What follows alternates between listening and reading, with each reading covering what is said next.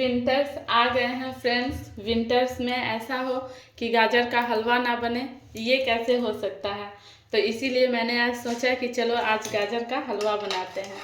इसके लिए मैंने ये 250 ग्राम गाजर लिए हैं। ये अभी गाजर बहुत फ्रेश बहुत अच्छे गाजर आ रहे हैं, इसलिए ये 250 ग्राम गाजर हैं। और इसके साथ ही मैंने ये एक बीट रूट लिया है। तो चलिए हम देख लेते हैं इस गाजर के हलवे को मैं कैसे बनाती हूँ। इसके लिए मैंने इस गाजर को अच्छी तरह से वॉश कर और ये छोटे छोटे पीसेस में कट कर लिया है।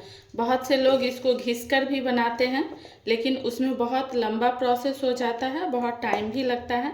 इसलिए मैं अक्सर इसी तरह से इजी प्रोसेस से बनाती हूँ, जो मैं आपको भी बता रही हूँ।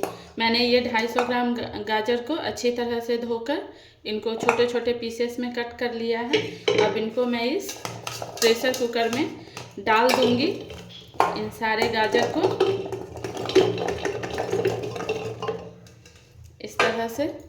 साथ ही मैं इसमें 250 ग्राम के करीब दूध भी डाल दूंगी।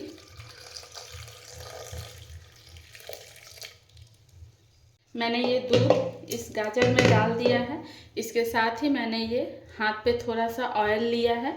इस ऑयल से मैं कुकर के इस लिड को अच्छी तरह से ऑयल से ग्रीस कर दूंगी। इससे क्या होगा कि जब हम इसमें विशल दिलवाएंगे तो फिर इस तरह से मैं यहाँ भी लगा दूंगी थोड़ा ऑयल। इससे क्या होगा कि जब हम विशल दिलवाएंगे तो इसका जो दूध है वो बाहर नहीं आएगा और वेस्ट भी नहीं होगा और कुकर भी गंदा नहीं होगा।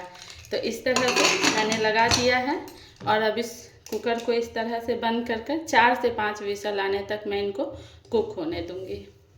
ये कितनी अच्छी तरह से ये गाजर पूरी तरह से गल गया है। अब मैं इसको इस मैशर की सहायता से इसको अच्छी तरह से मैश कर लूँगी। देखिए ये बहुत अच्छे तरह से मैश हो गए हैं और जो थोड़े बहुत टुकड़े बच गए हैं वो कढ़ाई में अच्छी तरह से मैश हो जाएंगे। तो इनको अब मैं साइड में रखूँगी। मैंने गैस पे कढ़ाई चढ़ा दिया है, वो कढ़ाई अब अच्छी तरह से गर्म हो गया है।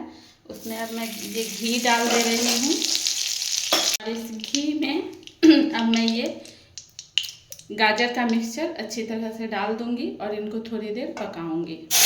इनको मैंने इस कढ़ाई में डाल दिया है। अब इनको थोड़ी देर कुक करूँगी जब तक कि ये दूध अच्छी तरह से इसका इस हलवे में सूख न जाए, तब तक। ये दूध अब पूरी तरह से इस हलवे में सूख चुका है। अब इसी स्टेज पे मैं इसमें चीनी डालूँगी। मैं यहाँ 4 से 5 बड़े चम्मच चीनी डाल रही हूँ। चीनी आप अपने टेस्ट के अकॉर्डिंग कम ज़्यादा कर सकते हैं।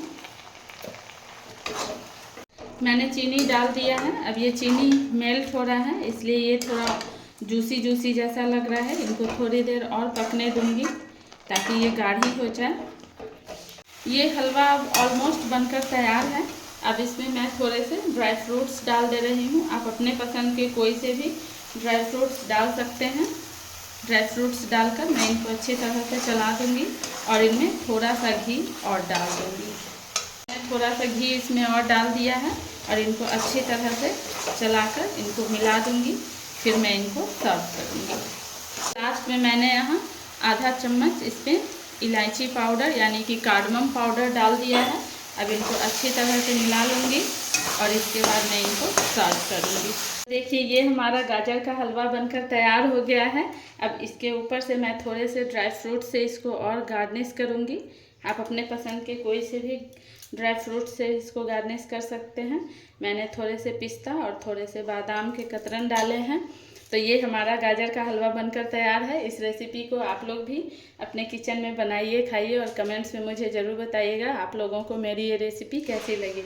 और इसी तरह की नई रेसिपीज़ देखने के लिए आप मेरे चैनल को लाइक कर सकते हैं, सब्सक्राइब कर सकते हैं।